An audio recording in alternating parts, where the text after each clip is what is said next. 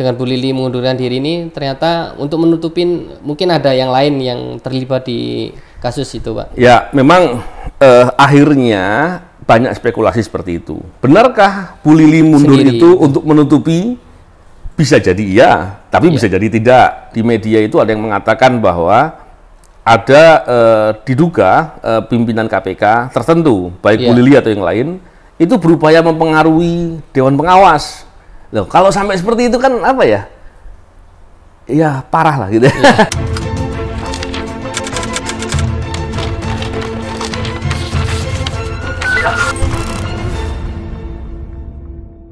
Bismillahirrahmanirrahim. Assalamualaikum warahmatullahi wabarakatuh. Salam integritas anti korupsi. Selamat sore, Pak. Bincang-bincang hari ini ada berita yang sangat menggemparkan, Pak. Wah, sebelumnya udah pernah kita bahas nih, Pak. Iya. Ini biar enak, saya baca berita dari Detik News, Pak. Lili Pintauli resmi ajukan pengunduran diri sebagai wakil ketua KPK. Ya. Itu gimana, Pak, respon Bapak itu, Pak? Ya, memang melihat dari permasalahan ini, Bu Lili ini kan bukan pertama kali berbuat pelanggaran ya. Dulu pertama kali berbuat pelanggaran disuruh mengundurkan diri juga belum mau gitu ya. Mungkin merasa bahwa masih bisa gitu. Tapi yang di kasus ini mengundurkan diri ini masalahnya apa? Sebenarnya kalau bicara mengundurkan diri mestinya ada suatu alasan. Mengundurkan diri karena sesuatu alasan karena disidangkan perkaranya atau bagaimana? Karena begini, ketika pimpinan KPK kemudian bermasalah dalam konteks dalam hal ini pelanggaran etik ya, dan siap untuk disidangkan oleh Dewan Pengawas, ketika mengundurkan diri memang Dewan Pengawas tidak bisa meneruskan perkara persidangannya. Tapi harus ingat bahwa Dewan Pengawas itu tugasnya bukan hanya menyidangkan, dia harus juga memeriksa. Akan menjadi pertanyaan sebenarnya di kasus ini, kasusnya apa sih? Ada perusahaan BUMN, sebutlah yang sering di berita disebutkan Pertamina gitu ya. Terus katanya memberikan sesuatu, ya diberikan apa? Kan nggak pernah dijelaskan dengan lebih rinci.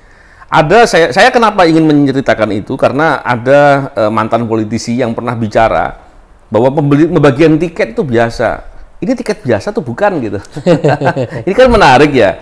Walaupun saya sudah tahu sih ceritanya bahwa katanya tiketnya nggak satu, lebih dari 10. Kan menarik ya. Apakah benar? Harus dicek kan. Yang kedua, yang dikasihkan nggak cuma tiket, tapi juga transportasinya, akomodasinya di sana, segala macam. Ini kan menarik ya. Berapa nilainya? Kan harus dicek. Dan kalau seperti itu yang terjadi, apakah hanya Bu Lili yang terima? Nah, artinya ini menarik untuk dilihat dengan lebih jauh. Dewan Pengawas harusnya ketika tadi yang Mas Saiful katakan bagaimana proses perkaranya.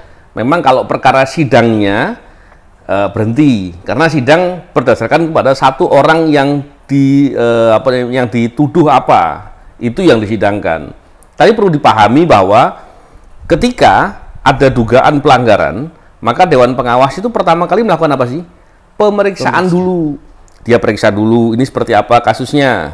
Terus yang kedua, ketika diperiksa, diyakini bahwa ada pelanggaran atau dugaan pelanggaran, ada buktinya. Maka ada proses berikutnya untuk mempersiapkan persidangan. Hingga kemudian melaksanakan tata persidangan hingga sampai kepada putusan. Itu ada 3 tahapan, dan Dewan Pengawas itu dia juga penyidik, dia juga penuntut, dia juga hakim.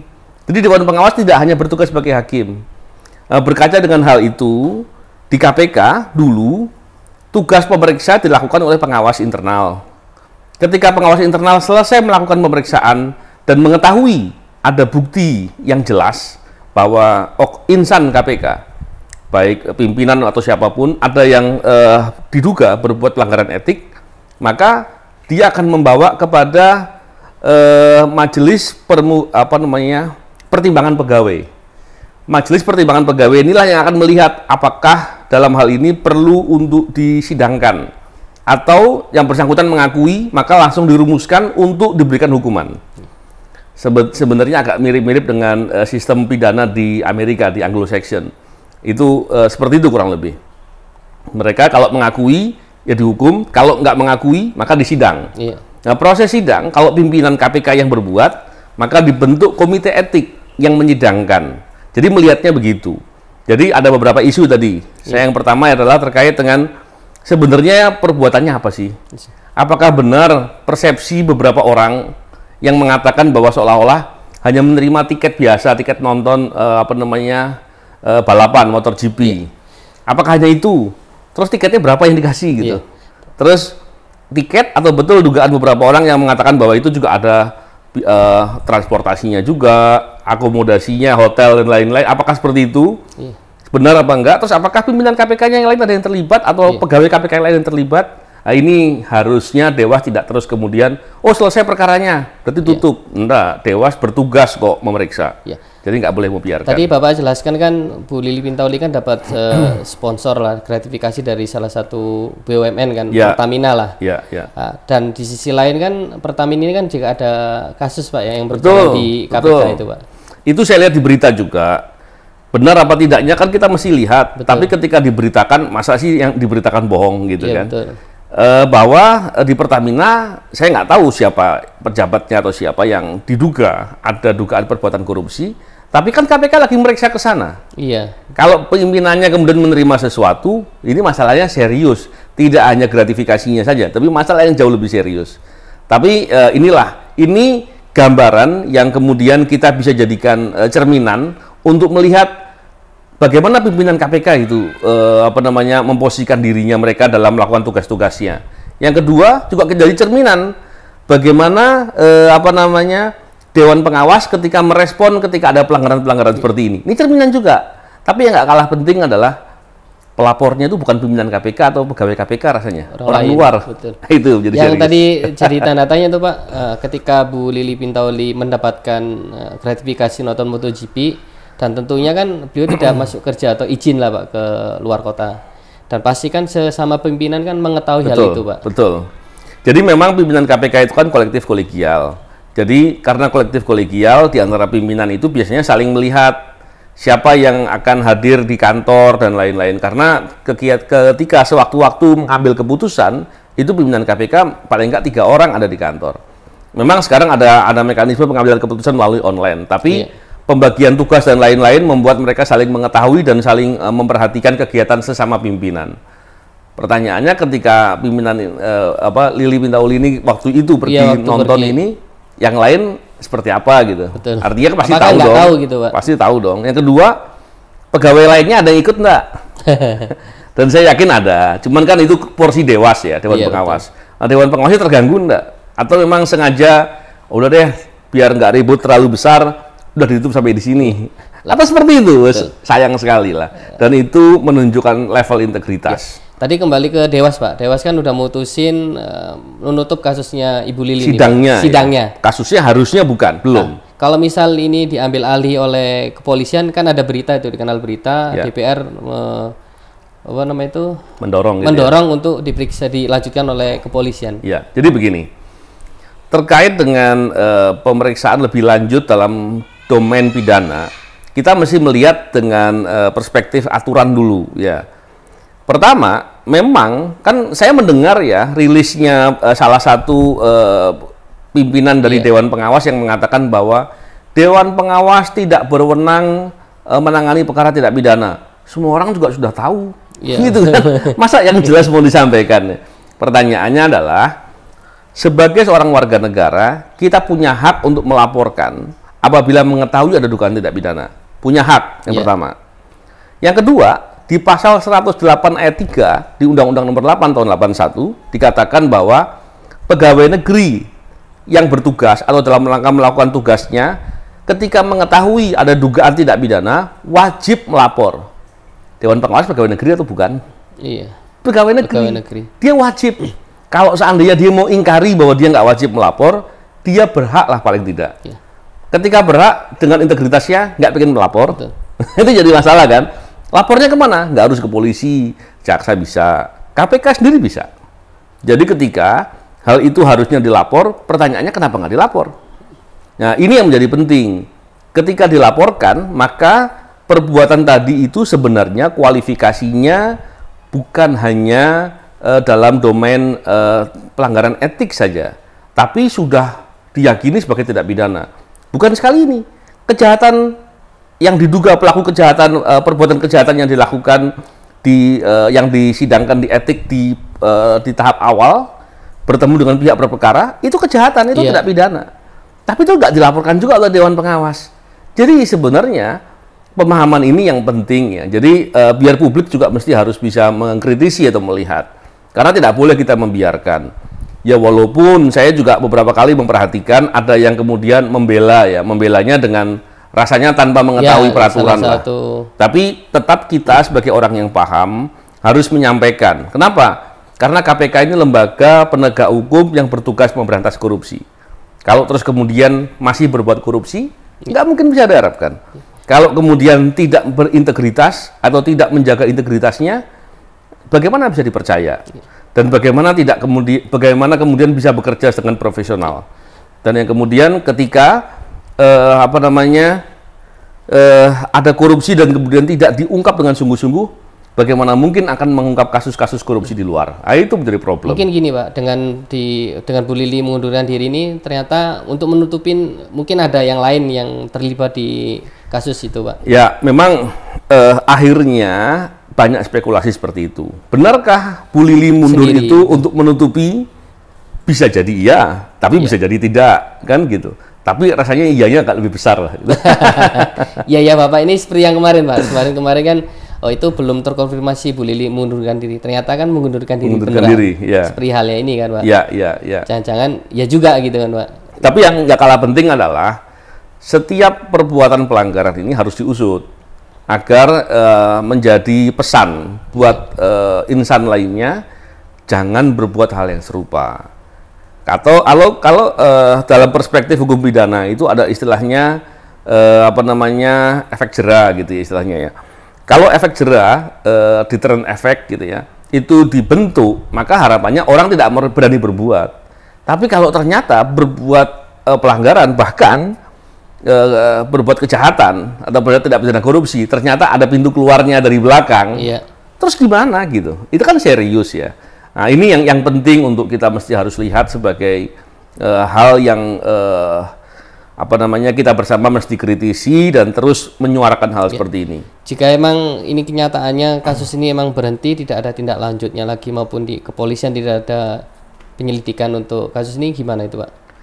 Ya kita tentunya prihatin ya, karena bagaimana mungkin kita bisa berharap pejabat-pejabat penegak hukum itu bisa bekerja dengan objektif dan sungguh-sungguh ketika ada di depan matanya dia nggak lakukan. Gitu. Nah ini yang penting ya. Tapi saya juga pernah membaca sekilas, walaupun sekilas di medsos ya. Ada yang mengatakan bahwa seolah-olah perkataan saya ini karena kebencian gitu ya. Sementara ada orang pejabat lain di kementerian lembaga atau pemerintah daerah tidak disebut-sebut. Loh, tugas kita itu adalah mendorong penegak hukumnya bertindak benar gitu. Kalau penegak hukum bertindak benar, mestinya semuanya bisa terjadi keadilan. Tidak mungkin warga masyarakat kemudian yang tidak punya kewenangan dituntut untuk melakukan tugas memberantas korupsi dalam rangka penindakan ya. Kalau pencegahan bisa dalam hal-hal tertentu. Tapi kalau kemudian diharapkan untuk melakukan penindakan, ini orang mungkin nggak paham hukum gitu. Oleh karena itu kita yang ngerti mesti harus terus mau menyuarakan dan lain-lain. Karena ketika kita bicara tidak pidana korupsi, dampaknya besar, kerugiannya langsung maupun tidak langsung ke kita semua. Jadi kita harus peduli. Kalau nggak peduli, rugi. Gitu. Tapi pada akhirnya Presiden kan udah ACC pengunduran dirian Bu Lili itu Pak. Ya, memang begini. Pak Presiden tentunya ketika ada proses administrasi yang diajukan, sepanjang memang memenuhi syarat-syarat, ya memang itu proses administrasi yang normal ya. Tapi permasalahannya adalah pimpinan yang lain dan Dewan Pengawas, tadi yang saya katakan, ini sebenarnya mengundurkan dirinya sebabnya apa gitu. Sebabnya karena ada masalah, yaudah deh, biar nggak melebar kemana-mana, saya mundur aja. Apakah seperti itu? Kalau seperti itu, ya sudah, biarkan dia mundur, kasusnya tetap diusut. Agar siapapun yang terlibat lainnya menjadi terang dan jelas. Kita berharap bahwa orang-orang yang melakukan pelanggaran-pelanggaran, apalagi pelanggaran yang serius, bahkan dugaannya tidak pidana korupsi, itu diusut. Tujuannya tadi, agar nilai-nilai kebenaran, keadilan itu tegak. Agar hukum itu bisa dilakukan dengan benar. dan juga agar ada efek jera. Jadi orang lain nggak berani berbuat yang sama. Ini termasuk kategori tindak pidana Pak ya, gratifikasinya Pak? Saya yakin itu. Tapi tentunya perlu diuji ya. Iya. Tapi saya yakin begitu. Karena kan ada kasus perkara di Pertamina di KPK itu kan Pak. Ya, apalagi ada dasar itu. Iya. Dan itu kan dibicarakan juga oleh media. Betul.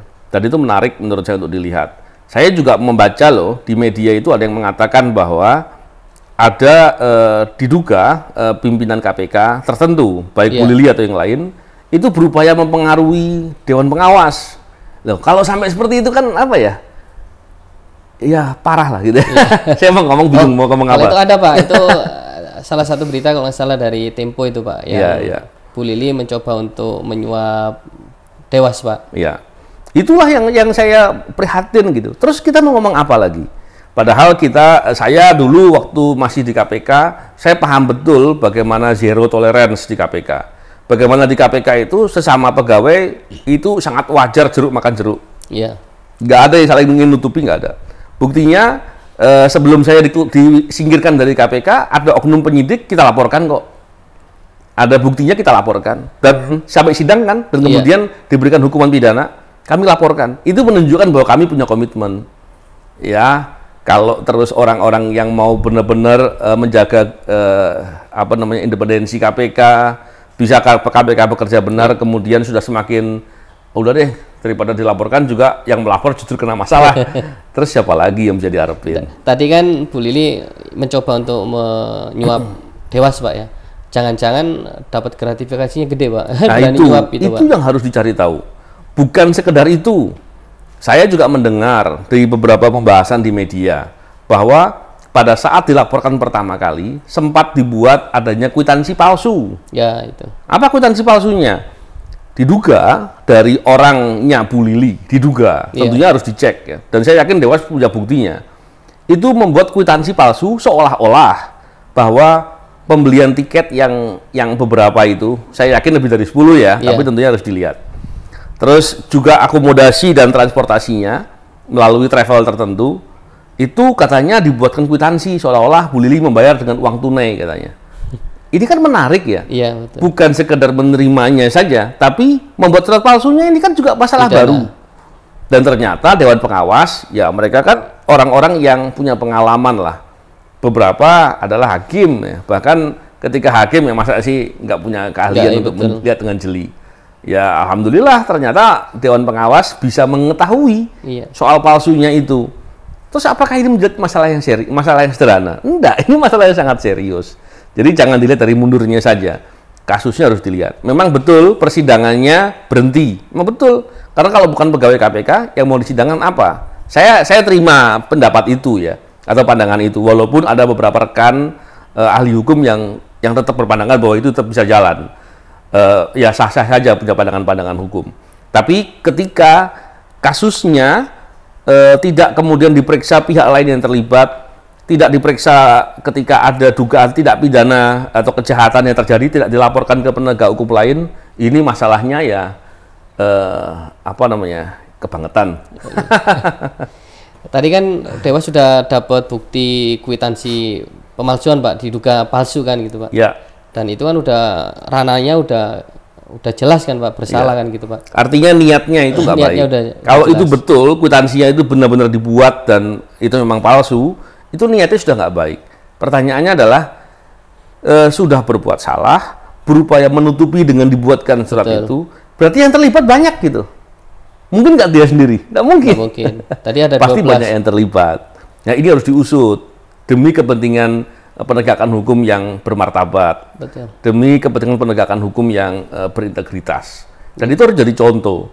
Kalau ngasih contoh yang justru menutupi, apakah mereka ini tokoh-tokoh senior penegak hukum ini yang ada di Dewan Pengawas ingin memberikan keteladanan bahwa kalau ada kasus begini baiknya disembunyikan? Apa gitu? Enggak dong, nggak boleh. Sebenarnya kalau gratifikasi cuma hanya dapat tadi tiket, transportasi, penginapan, sekelas pimpinan KPK, cuman itu doang, kayaknya receh banget tuh Pak. Kan mungkin bisa besar itu Pak, karena kan sponsornya kan tadi kan dari Pertamina kan gitu Pak. Ya, gini. Kita melihatnya begini, nilainya tadi saya yakin besar ya, karena ada variabel tiket masuk, transportasi dan akomodasi yang di sana, mungkin penginapan. Pengalih berapa orang yang tadi itu? Iya, kalinya banyak orang.